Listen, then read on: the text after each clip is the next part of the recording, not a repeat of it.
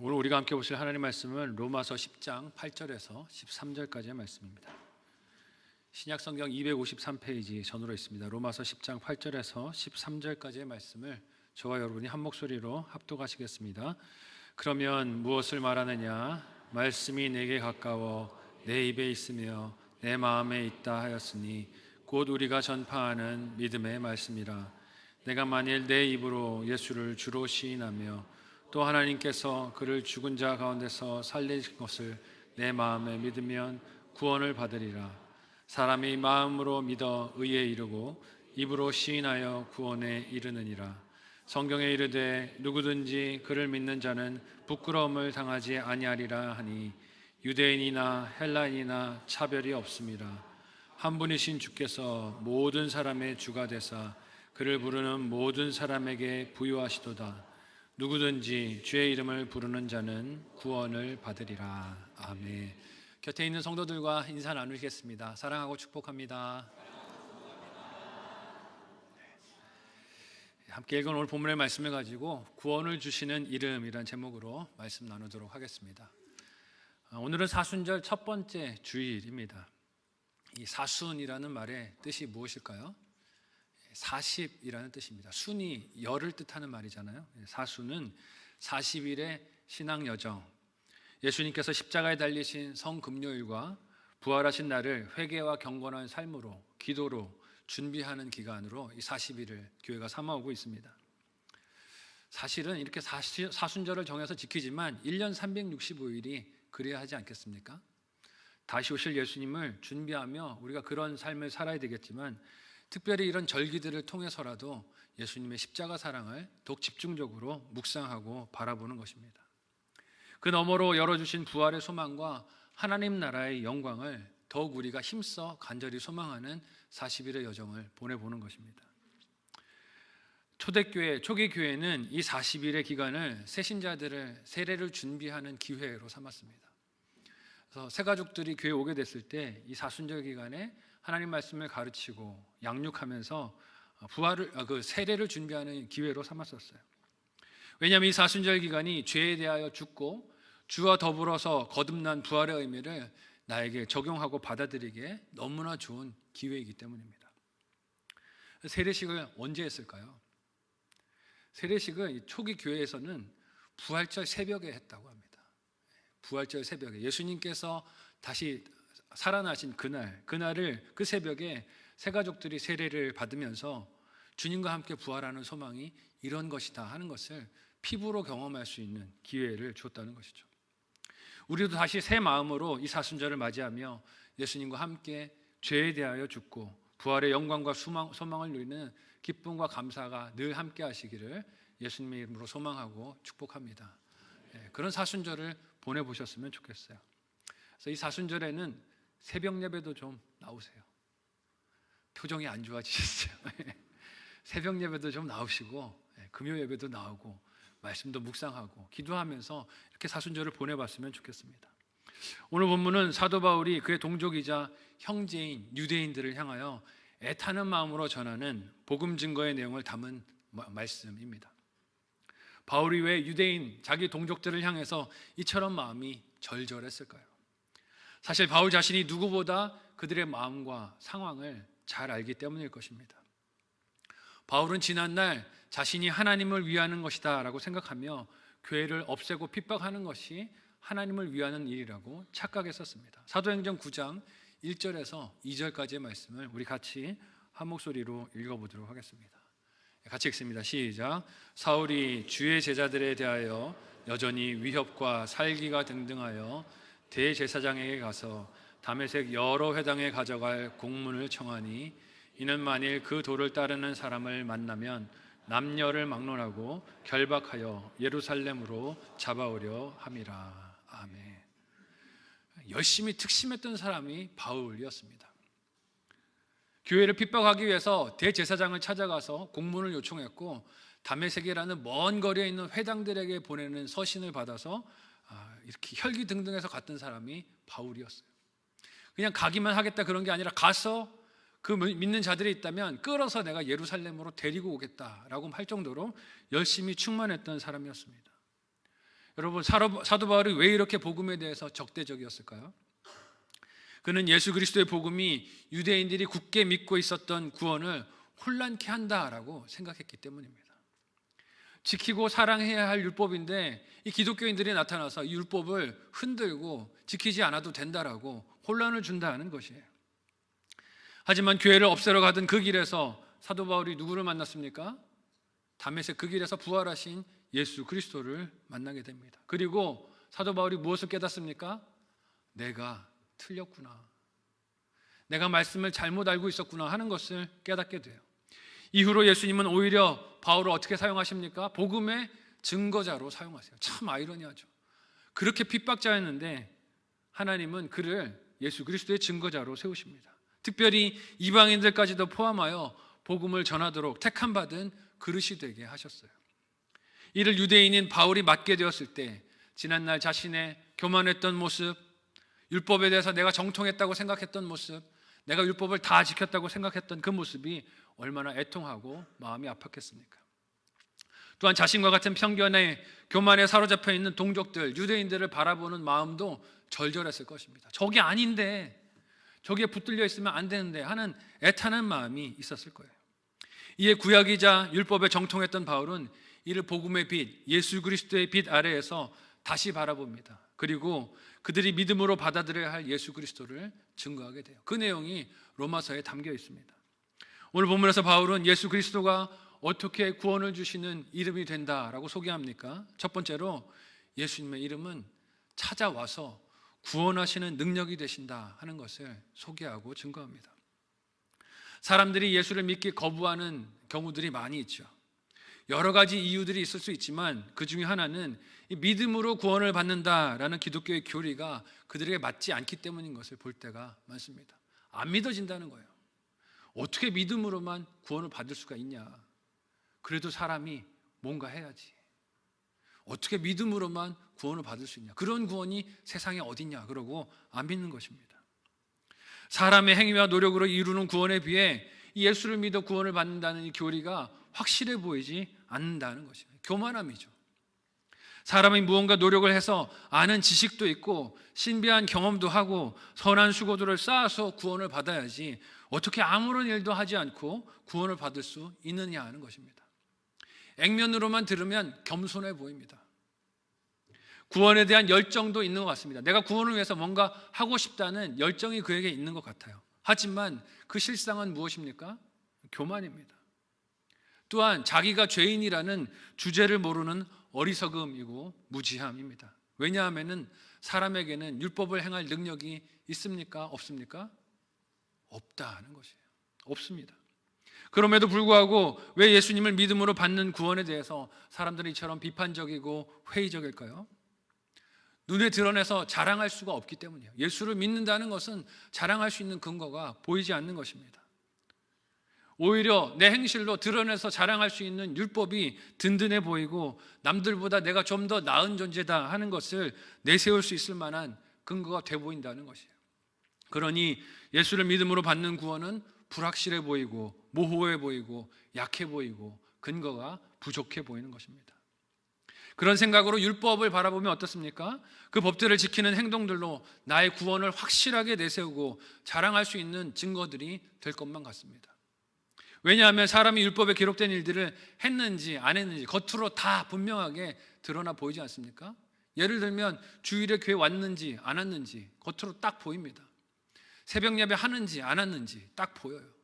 금식 하는지 안 하는지, 구제 하는지 안 하는지 겉으로 드러나는 것들이 다 보여서 이게 확실하게 구별이 되는 것 같이 느껴지기 때문입니다. 또한 율법에 쓰인 명령들을 지킴으로 사람이 내세울 수 있는 많은 자랑거리들이 있을 수 있기 때문이에요. 요즘 우리가 날마다 묵상하고 있는 누가복음 말씀을 보면 예수님께서 유대교 지도자들을 이런 이유로 엄하게 꾸짖고 질책하시는 모습들을 보게 됩니다. 유대교 지도자들은 자신들이 엄격히 지키고 있는 기도와 헌금과 예배와 금식과 안식일의 규례들을 과시하고 자랑하며 사람들에게 존경을 받았어요. 와, 저 정도 하니까 구원받지 하고 사람들이 그들을 인정하고 축혀 세웠습니다. 그러니 그들이 어떻게 했습니까? 이걸 못 지키는 사람들은 멸시하고 상종하지 않기도 했습니다. 이것이 하나님이 주신 율법을 잘못 해석한 분명한 사례가 아니겠습니까? 그러니 이런 자신들의 자랑을 꾸짖고 마음속에 숨겨두었던 악하고 음란한 생각들을 드러내시고 질책하시는 예수님의 가르침은, 사역은 유대인들에게 부담이었습니다. 싫었어요. 왜냐하면 숨겨두었던 생각까지, 마음까지 다 드러내서 보여주시니까요. 그러니 예수님의 가르침과 사역은 유대인들에게 증오와 미움의 대상이 되었습니다. 그렇지만 사람이 율법을 다 지켜왔다고 여기거나 혹은 지킬 수 있다라고 생각하는 것은 여러분 착각입니다. 그렇지 않아요. 죄로 인해 타락한 본성을 갖게 된 인간은 아무리 그 의지로 애를 써도 율법의 모든 요구를 지켜 만족시킬 수 없습니다. 그래서 의로움에 이를 수 없어요. 이를 할 수 있다고 주장하는 것은 하나님께서 율법을 통해 본래 보게 하시려고 했던 예수 그리스도를 보지 못하는 영적인 시각장애와 같습니다. 교회를 핍박하러 가던 그 길에서 예수님 만난 사도 바울이 이걸 깨닫게 된 거예요. 내가 율법을 다 지켰고 지금도 지키고 있고 앞으로도 지킬 수 있다라고 생각을 했는데 예수님을 만나고 보니 율법을 주신 게 그 뜻이 아니구나 한 것을 알게 된 것입니다. 자신의 영적 무지를 통렬하게 깨달은 것이에요. 그런 바울은 로마서를 통해서 무엇을 말합니까? 율법이 아니라 오직 예수 그리스도를 믿음으로 말미암는 의를 부르짖고 있는 것이에요. 그 믿음의 대상인 예수의 이름이 행하시는 능력이 무엇입니까? 함께 오늘 본문의 8절을 한 목소리로 읽어보도록 하겠습니다. 같이 읽습니다. 시작. 그러면 무엇을 말하느냐? 말씀이 내게 가까워 내 입에 있으며 내 마음에 있다 하였으니 곧 우리가 전파하는 믿음의 말씀이라. 아멘. 바울은 로마서 10장을 유대인들이 친숙했던 신명기의 말씀과 연결해서 복음을 증거하는 길로 사용하고 있습니다. 신명기는 무슨 말씀입니까? 모세가 이스라엘 백성들 중에 출애굽 2세대들에게 약속의 땅 앞에서 너희가 가나안 땅에 들어가게 되거든 반드시 하나님의 이 말씀을, 율법을 지키고 살아야 한다 하는 것을 가르쳤던 말씀이에요. 들어가서 하나님 백성답게 사는 길이 이런 길이다 하는 것을 가르쳤던 말씀이 신명기의 말씀이었습니다. 거기에는 무슨 내용이 있었습니까? 그들이 약속의 땅에 들어갔을 때 만날 일들에 대한 경고들도 담겨 있었어요. 특별히 거기에는 유대인들이 율법을 어떻게 대하는지에 따라 복과 저주가 갈린다 하는 경고가 있었습니다. 그렇기 때문에 포로로 끌려가는 고난을 유대인들이 이후에 겪은 이후에 신명기 말씀을 그렇게 열심히 연구했어요. 우리가 무엇을 잘못했길래 포로로 끌려가고 망했는가? 신명기 말씀을 통해 깊이 그것을 살펴보려고 했죠. 하나님은 신명기에서 모세를 통해 이스라엘 백성들에게 율법을 지켜 행하면 복을 받을 것이지만 이를 어기면 저주를 받을 것이라고 경고하셨습니다. 바울은 이때 모세가 가르친 율법을 인용하여 그 법을 다 순종할 때 의롭다 하고 인정을 받겠지만 지금까지 로마서 말씀을 통해 한 사람도 그러지 못했다라고 말하고 있어요. 누구도 그 법을 다 순종할 수 없음을 강조했습니다. 율법을 주신 하나님의 뜻은 좋고 선한 것이지만 이를 받은 인간은 그 좋은 뜻을 행할 능력이 없기 때문입니다. 이런 모세의 율법과 대조해서 사도 바울이 제시하는 것이 믿음으로 말미암는 의입니다. 여기서 이 믿음의 대상은 누구일까요? 예수 그리스도를 뜻하는 것입니다. 이 믿음으로 의롭다함을 받는 칭의는 사람이 이룰 수 없는 율법과 다르다는 것이 바울이 전하는 복음의 핵심입니다. 예수 그리스도를 믿음으로 말미암는 의는 사람에게 그 어떤 것도 구원을 위해 노력으로 성취할 수 있는 것이 있다고 말하지 않아요. 이것을 바울은 모세가 신명기 30장에서 이스라엘 백성들에게 전했던 말씀을 인용하여 말합니다. 함께 신명기 30장 11절에서 13절까지의 말씀을 한 목소리로 읽어보도록 하겠습니다. 같이 읽습니다. 시작. 내가 오늘 내게 명령한 이 명령은 내게 어려운 것도 아니요 먼 것도 아니라 하늘에 있는 것이 아니니 내가 이르기를 누가 우리를 위하여 하늘에 올라가 그의 명령을 우리에게로 가지고 와서 우리에게 들려 행하게 하랴 할 것이 아니요 이것이 바다 밖에 있는 것이 아니니 내가 이르기를 누가 우리를 위하여 바다를 건너가서 그의 명령을 우리에게로 가지고 와서 우리에게 들려 행하게 하랴 할 것도 아니라. 아멘. 여러분, 이 부분은 하나님께서 이스라엘 백성이 율법을 지키는 일에 실패하고 이방 나라의 포로로 끌려가 심판을 경험한 이후에 이루실 언약 회복에 대한 말씀입니다. 율법은 너희가 이룰 수 없어서 이렇게 실패를 겪게 되겠지만 이후에 하나님 주신 약속은 먼 것이 아니라 너희 가까이 있어서 구원을 이루는 약속이 된다는 것이에요.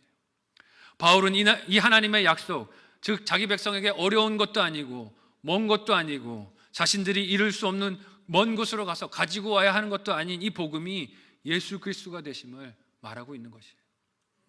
이는 찾아와 만나주시고 구원을 주시는 하나님의 은혜가 예수 그리스도시란 뜻입니다. 우리가 어딜 멀리 가야 하는 게 아니라 예수님이 우리에게 이렇게 찾아오셨다는 것이에요. 요즘 우리가 보고 있는 누가복음 묵상 속에서 만나듯 예수님은 어떻게 하셨습니까? 지금 그 백성들에게 찾아오셔서 병자들을 고치시고 귀신 들린 자들을 낫게 하시고 그리고 하나님께서 주시는 양식으로 그들을 먹이시고 하나님 나라를 가르치셨어요. 여러 능력과 치유로 하나님의 나라를 보여주셨습니다. 그러나 사람들은 어떻게 했습니까? 다른 표적을 보여달라는 거예요. 하늘로부터 오는 다른 이적을 달라고 요구합니다. 가까이 오셨지만 그거 말고 내가 원하는 표적을 달라고 누가복음 속 유대인들이 부르짖어요. 안타깝지 않습니까? 그런데 그 모습이 우리 모습일 때가 많다는 것이에요. 그래서 예수님의 이름은 죄인을 찾아와 구원하시는 능력이 되시는 이름인 줄 믿습니다. 우리를 찾아오신 거예요. 바울은 오늘 본문 8절에서 이 이름이 우리에게 가깝고 우리의 입과 마음에 있다라고 합니다. 우리를 찾아와 보여주시고 들려주시는 예수 그리스도의 이름을 믿음으로 영접하기만 하면 영원한 생명을 누리도록 은혜를 베풀어 주신다는 것입니다. 이 능력의 이름을 내 마음에 영접하셨습니까? 날마다 예수의 이름을 나의 삶 가운데 주인으로 인정하며 말씀을 따르고 있습니까? 이를 오늘 본문 9절은 어떻게 우리에게 말하고 있습니까? 함께 오늘 본문의 9절을 한 목소리로 읽어보도록 하겠습니다. 같이 읽습니다. 시작. 내가 만일 내 입으로 예수를 주로 시인하며 또 하나님께서 그를 죽은 자 가운데서 살리신 것을 내 마음에 믿으면 구원을 받으리라. 아멘. 아멘이 되시길 바랍니다. 이 말씀이 우리에게 아멘이 되어야 합니다. 나를 찾아오시어 구원의 능력이 되시는 예수 그리스도의 이름을 믿음으로 붙들고 누리는 저와 여러분의 신앙 여정이 다 되시기를 예수님의 이름으로 간절히 소원하고 축복합니다. 한번 생각하고 적용해 보시기를 바랍니다. 첫 번째 묵상 적용 질문을 드립니다. 첫 번째는요, 내가 어떤 형편에 있어도 구원하시는 하나님의 능력에 부족함이 없음을 믿습니까? 내가 어떤 형편에 있어도 구원하시는 하나님의 능력에 부족함이 없음을 믿습니까? 형편 때문에 흔들리는 내 믿음이 무엇이 있나 돌아보셨으면 좋겠어요. 두 번째로 예수의 이름을 부르면 누구나 구원을 베푸신다 약속하십니다. 사람은 누군가를 믿는다라고 하면서도 거기에 예외가 있을까 봐 걱정을 합니다. 입으로는 믿습니다 하지만 속으로 염려하는 이유가 뭡니까? 내가 거기에 결격 사유가 있을까 봐 염려를 하는 거예요. 내가 그 약속의 대상이 되지 못하는 외적인 결격 사유가 있을까? 혹은 내적인 결격 사유가 있을까? 염려하면서 그 약속을 바라볼 때가 많습니다. 특히 유대인들이 바라보던 율법의 관점에서는 이방인이 하나님의 구원 약속에 포함될 수가 없는 것이었어요. 그래서 논쟁이 있었습니다. 그로 비롯된 것이 할례 논쟁이었습니다. 구약의 율법으로 보면 하나님의 구원을 받기 위해서 반드시 유대인이 되어야 했기 때문에 이방인들은 할례를 안 받으면 그 구원을 못 받는다는 것이었어요. 이것을 가지고 사람들을 시험했던 것입니다. 얼마나 그 마음들이 흔들렸을까요? 이방인들의 마음이 흔들렸을 것입니다. 예수만 믿으면 구원 얻는다라고 했는데 유대인들이 자꾸 와서 할례를 강조하는 것이에요. 사도 바울 자신도 과거의 유대인으로서 그 자부심이 대단했을 것입니다. 사람이 어떤 신분에 대해서 자부심이 크면 어떻습니까? 남도 그 신분에 요구되는 조건들을 충족해야 한다라고 주장할 때가 많습니다. 단적인 예가 한국에 있는 군대들 중엔 해병대가 아닐까 하는 생각이 들어요. 아무나 갈 수 있으면 나는 해병대를 택하지 않았을 것이다. 해병대 나오신 분들 죄송합니다. 여러분, 이게 어떻습니까? 남이 못하는 거 내가 한다는 것에 대한 자부심이 큰 것이죠. 유대인들은 그들이 하나님의 구원 약속에 택함을 받은 특별한 민족이라 여겼는데 다른 이방인들도 그러니 구원을 받으려면 아무나 할 수 없는 이 할례를 받아야 한다라고 요구했습니다. 자신들의 전통 아래 들어와야 한다라고 생각을 했어요. 그 관문이 할례였습니다. 바울도 과거에는 이런 생각에 이견이 없었을 것입니다. 하지만 다메섹으로 교회를 핍박하러 가던 그 길에서 예수님을 만나고 무엇이 바뀌었습니까? 그가 성경을 바라보던 시각이 바뀌었습니다. 하나님의 구원을 바라보던 그의 생각이 완전히 뒤집어졌습니다. 예수를 통해 성경을 다시 보고 다시 깨닫게 된 것입니다. 그래서 외치는 바가 무엇입니까? 하나님께서 인생을 구원하시는 일, 특별히 예수를 믿어 구원을 받는 은혜는 어떤 자격 제한이나 서로에게 다른 기준이 없다는 것이에요. 함께 오늘 본문의 10절에서 13절까지의 말씀을 한 목소리로 읽어보도록 하겠습니다. 같이 읽습니다. 시작. 사람이 마음으로 믿어 의에 이르고 입으로 시인하여 구원에 이르느니라. 성경에 이르되 누구든지 그를 믿는 자는 부끄러움을 당하지 아니하리라 하니 유대인이나 헬라인이나 차별이 없음이라. 한 분이신 주께서 모든 사람의 주가 되사 그를 부르는 모든 사람에게 부유하시도다. 누구든지 주의 이름을 부르는 자는 구원을 받으리라. 아멘. 누가 구원을 받는다고요? 주의 이름을 부르는 누구든지. 이게 중요한 거예요. 주의 이름을 부르는 누구든지 구원을 받는다고 약속하십니다. 읽은 본문에서 바울은 반복해서 하나님의 구원하심에 차별이 없음을 강조합니다. 그 차별이 없는 구원의 두 가지 현상을 10절에서 마음으로 믿고 입으로 시인하는 것이라고 해요. 이는 바울이 자기의 생각으로 주장하는 것이 아닙니다. 구약의 말씀을 통해 깨닫게 하신 하나님의 뜻이기도 합니다. 이사야서 28장 16절의 말씀을 우리 같이 한 목소리로 읽어보도록 하겠습니다. 함께 읽습니다. 시작. 그러므로 주 여호와께서 이같이 이르시되 보라 내가 한 돌을 시온에 두어 기초를 삼았노니 곧 시험한 돌이요 귀하고 견고한 기초돌이라.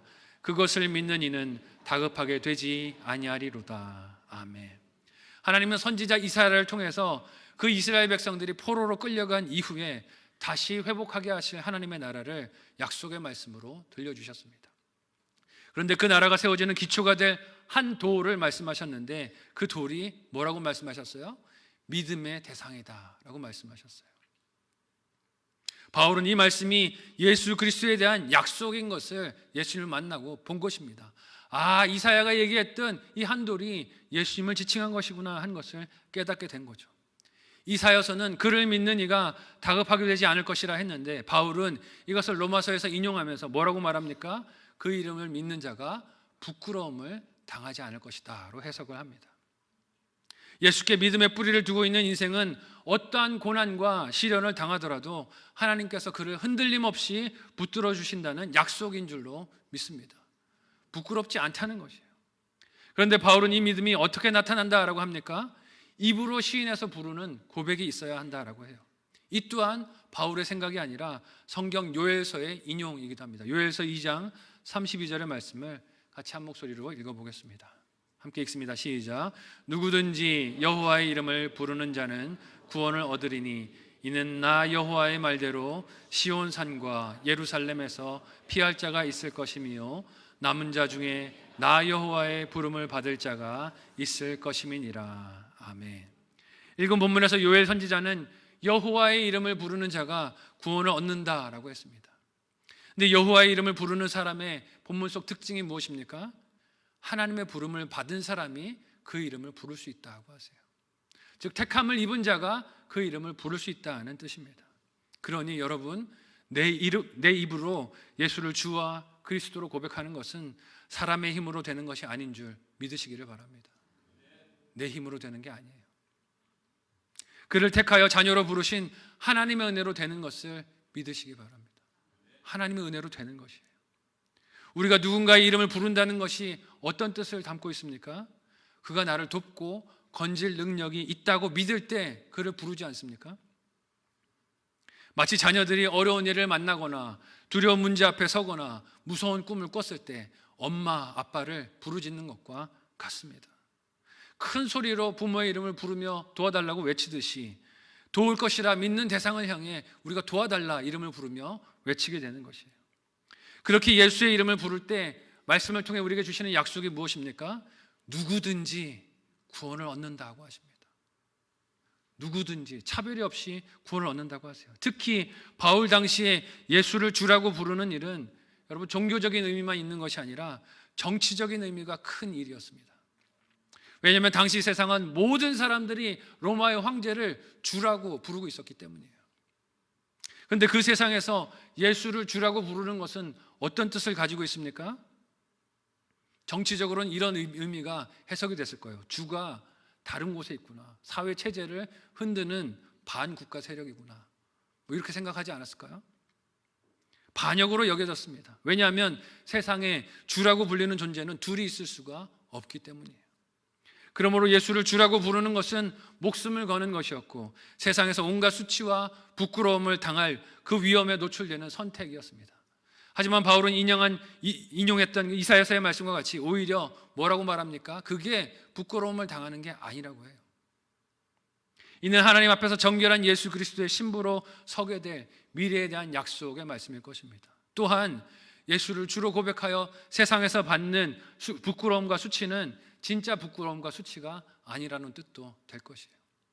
그래서 바울이 복음을 전하는 것 때문에 겪은 수치들을 어떻게 고백을 하고 말했습니까? 고린도후서 11장 23절에서 27절에 그가 겪었던 이 많은 부끄러운 일들, 수치의 일들을 이렇게 증거합니다. 같이 한 목소리로 읽어보도록 하겠습니다. 같이 읽습니다. 시작. 그들이 그리스도의 일꾼이냐 정신없는 말을 하거니와 나는 더욱 그러하도다. 내가 수고를 넘치도록 하고 옥에 갇히기도 더 많이 하고 매도 수없이 맞고 여러 번 죽을 뻔하였으니 유대인들에게 40에서 하나 감한 매를 5번 맞았으며 3번 태장으로 맞고 1번 돌로 맞고 3번 파선하고 일주야를 깊은 바다에서 지냈으며 여러 번 여행하면서 강의 위험과 강도의 위험과 동족의 위험과 이방인의 위험과 시내의 위험과 광야의 위험과 바다의 위험과 거짓 형제 중의 위험을 당하고 또 수고하며 애쓰고 여러 번 자지 못하고 줄이며 목마르고 여러 번 굶고 춥고 헐벗어노라. 아멘. 세상에 보면 다 부끄럽다고 하는 일들 아닙니까? 여러분 끌려가서 40에 하나 감한 매를 그렇게 맞는다고 생각해 보십시오. 5번이나 맞았대요. 사람들 보는 앞에서 얼마나 수치스럽게 느낄 일이겠습니까? 이렇게 괴로운 일들을 많이 겪었지만 바울은 이것을 부끄럽게 여기는 것이 아니라 구원받은 자의 영광이라고 합니다. 그리고 세상이 주로 아는 황제가 아니라 진정한 주가 되신 예수를 따르는 길로 이 길을 걸었으니 나는 감사하고 기쁘다는 것이에요. 그래서 바울은 자신이 믿고 경험한 예수 그리스도, 특별히 누구에게나 가까이 다가오셔서 그를 믿는 사람 누구나 구원을 주시는 예수 그리스도를 그의 온 삶을 다해 증거합니다. 이렇게 누구나 듣고 영접하며 구원을 얻게 하시는 복음이 나를 부르시는 하나님의 음성으로 들리는 것이 가장 큰 축복과 행복인 줄로 믿습니다. 하나님의 초청이 나를 부르시는 음성으로 들리는 게 가장 큰 축복이고 행복이라는 것이에요. 이 복음은 믿는 모든 사람을 구원하시는 하나님의 능력이 되시는 예수 그리스도의 이름입니다. 그 이름 예수를 나의 주와 그리스도로 고백하는 것이 우리가 이 땅에서 받아야 할 가장 진정한 복이며 영광인 줄 믿습니다. 이것 외에 다른 복은 있을 수가 없어요. 소중한 이 복을 어떤 고난과 어려움에서도 잃어버리지 않는 저와 여러분이 되시기를 예수님의 이름으로 간절히 소원하고 축복합니다. 한번 생각하고 적용해 보시기를 바랍니다. 마지막 묵상 적용 질문을 드립니다. 예수를 나의 주 그리스도로 부릅니까? 예수를 나의 주 그리스도로 부릅니까? 의지하는 다른 대상은 무엇입니까? 예수를 주라고 하면서도 끊임없이 다른 것을 찾아 이리저리 헤매고 있는 것이 있다면 무엇인지 돌아보았으면 좋겠습니다. 두 번째, 주의 이름을 부르는 모든 자를 구원하심에도 여전히 나에게 있는 차별은 무엇입니까? 주의 이름을 부르는 모든 자를 구원하심에도 여전히 나에게 있는 차별이 무엇인지 돌아보고 또 회개하고 적용하는 한 주가 되었으면 좋겠습니다. 사순절 기간 우리는 구원을 주시는 예수 그리스도의 이름을 다시 믿음으로 부르고 그 길을 걸어가야 합니다. 그 이름은 오늘 말씀처럼 믿는 자들에게 갈 수 없는 어려운 길로 오라는 것이 아니라 친히 우리에게 찾아오셔서 초청하시고 구원하시는 능력의 이름이라고 하십니다. 우리 삶 한가운데서 일하고 계신 능력의 이름이 이 예수 그리스도의 이름입니다. 또한 그 이름을 부를 때 누구나 차별하지 않고 구원해 주시는 사랑의 이름이기도 하십니다. 이 이름을 믿고 의지하지 못하도록 사탄은 끊임없이 우리의 마음을 흔듭니다. 불안해 보이는 사건으로 문제로, 고난으로, 경제적인 환란으로, 건강의 문제로, 자녀들의 아픔으로, 내 눈에 두려워 보이는 상황과 어려움들로 이 믿음을 흔듭니다. 다른 걸 붙들라고. 예수의 이름만 붙드는 건 충분하지 않다고. 다른 데 가서 도와달라고 손을 내밀라고 우리의 마음을, 믿음을 흔듭니다. 불안하게 만들어요. 염려하게 만듭니다. 그래서 우리의 마음을 휘저어 놓습니다. 그렇지만 굳건히 예수 그리스도의 이름을, 그 능력을 믿고 부르며 구원의 길을 전진해 가는 저와 여러분의 사순절 여정이 되었으면 좋겠습니다. 이 기간에 기도에 더 열심을 내시기 바랍니다. 이 기간에 말씀 묵상에 더 열심을 내시기 바라요. 세상이 주는 뉴스들에, 세상이 주는 혼란스러운 소식들에 마음을 빼앗겨서 혈기를 부리거나 교만하거나 오고 가며 갈팡질팡하지 말고 오직 기도와 말씀으로 주님의 손을 붙들고 믿음으로 걷는 사순절 여정이 되시기를 예수님의 이름으로 간절히 소원하고 축복합니다. 아멘. 오늘 말씀을 생각하며 합심하여 함께 기도하도록 하겠습니다.